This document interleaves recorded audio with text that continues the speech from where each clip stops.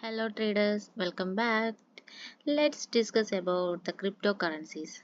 Okay, the cryptocurrencies are digital or virtual currencies that use cryptography or security and are decentralized, meaning they are not controlled by any government or financial institutions.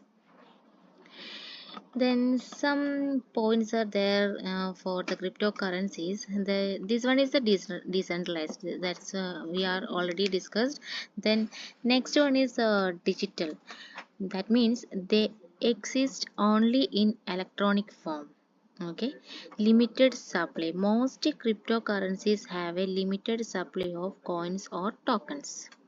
Then fast and global. Transactions are very fast and can be made globally.